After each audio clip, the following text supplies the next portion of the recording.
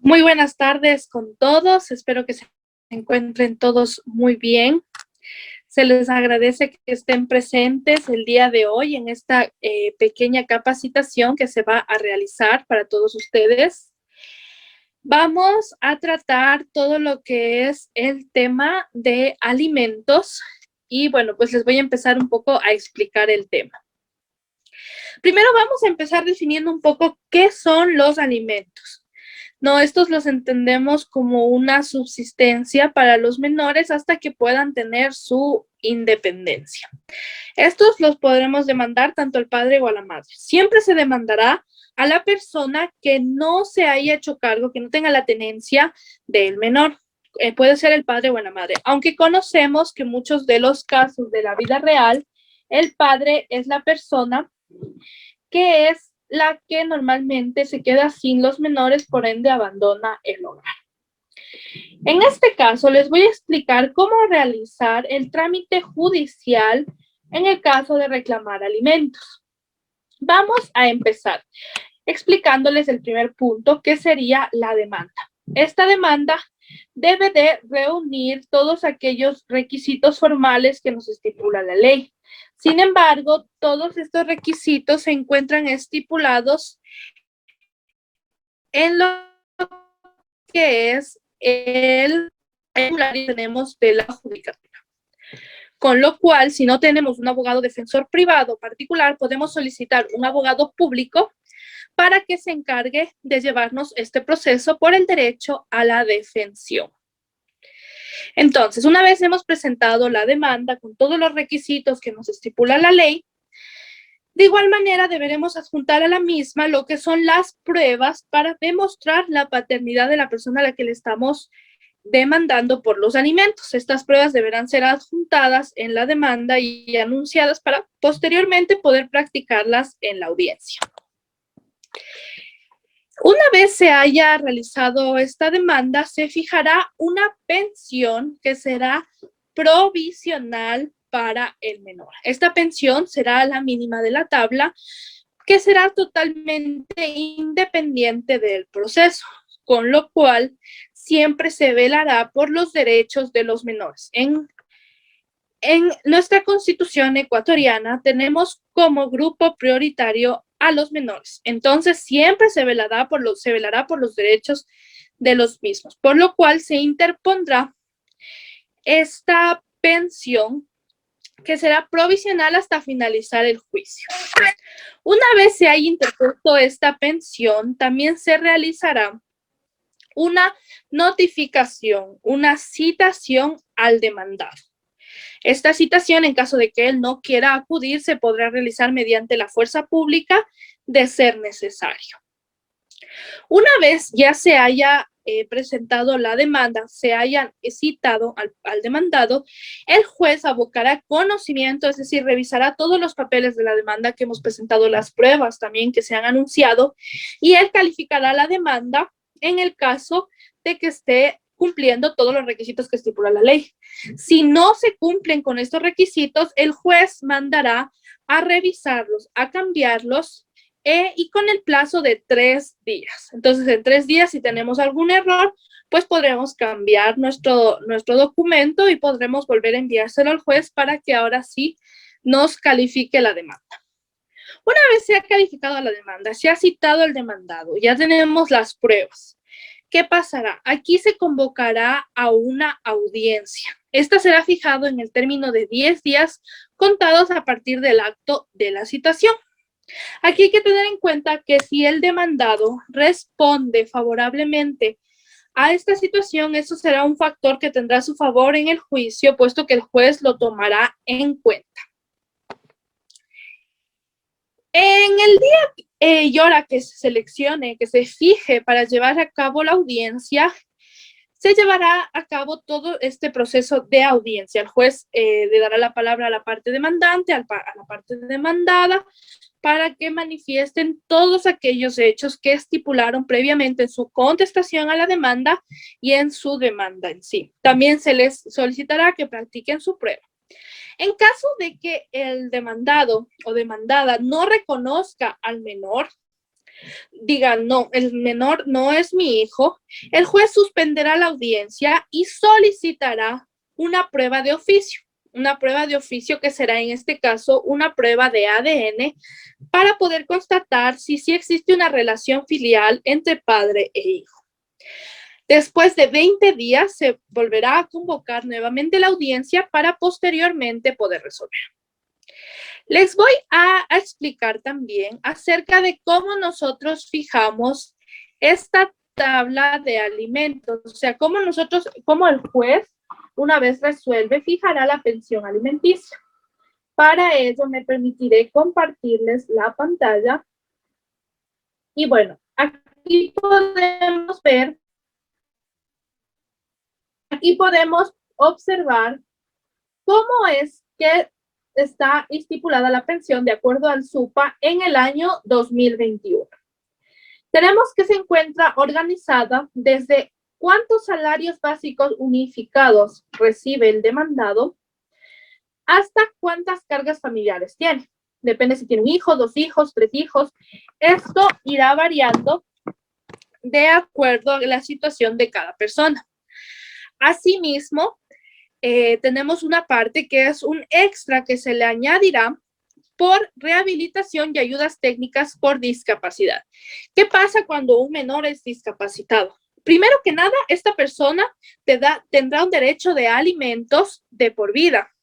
Debido a este principio de dependencia, se entiende que una persona discapacitada tendrá dependencia total o parcial de otra persona durante toda su vida, ¿no? Entonces, por ese motivo es que la pensión se fija durante toda la vida de la persona discapacitada. Y esto también se hará, pues, de acuerdo al grado de discapacidad que esta persona tenga. Desde un 30% se entiende que ya no podrá tener autonomía hasta pues un 100% de discapacidad. Y de acuerdo a esto se le sumará estos pequeños porcentajes que podemos observar dentro de la tabla.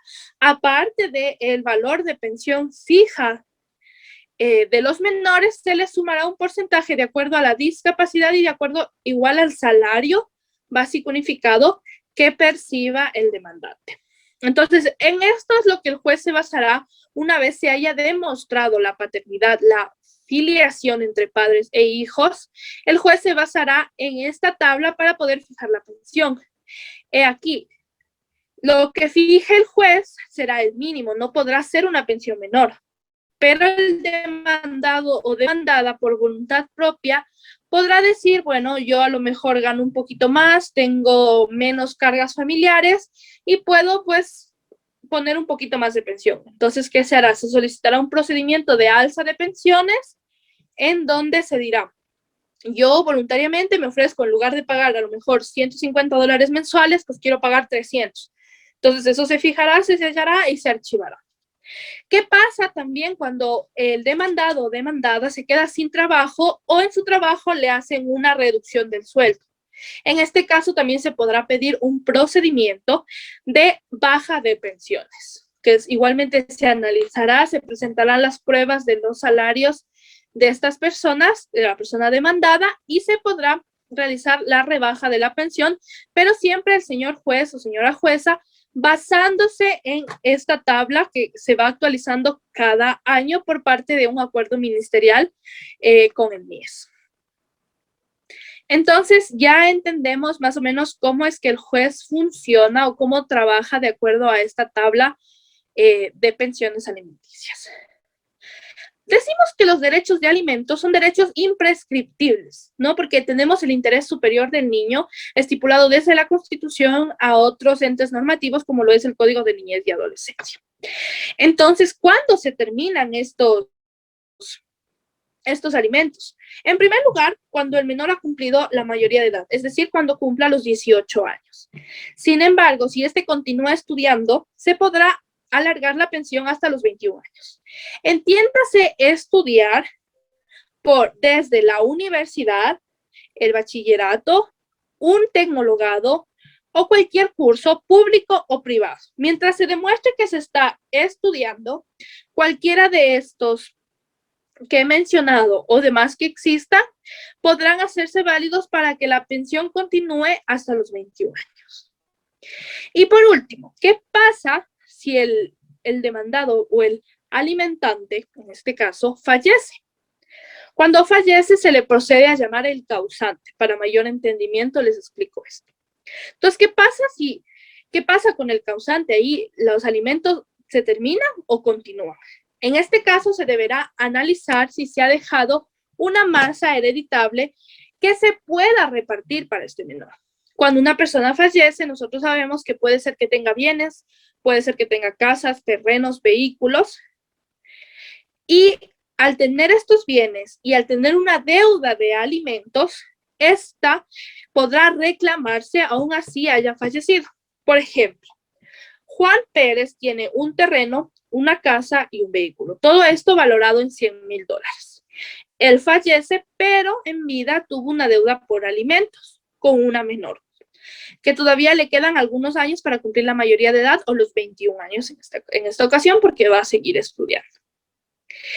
¿Qué se hace con el causante?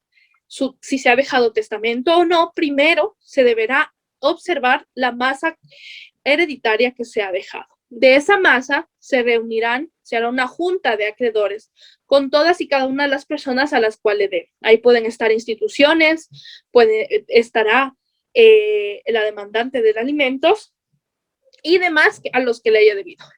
En esta junta de acreedores se reunirán y se dará siempre prioridad a los menores. Entonces, en este caso, la persona que demande por alimentos representante de la menor podrá estipular que se le adeudan todavía pues unos $50,000 en total, de acuerdo a las pensiones que se habían fijado en vida de este señor.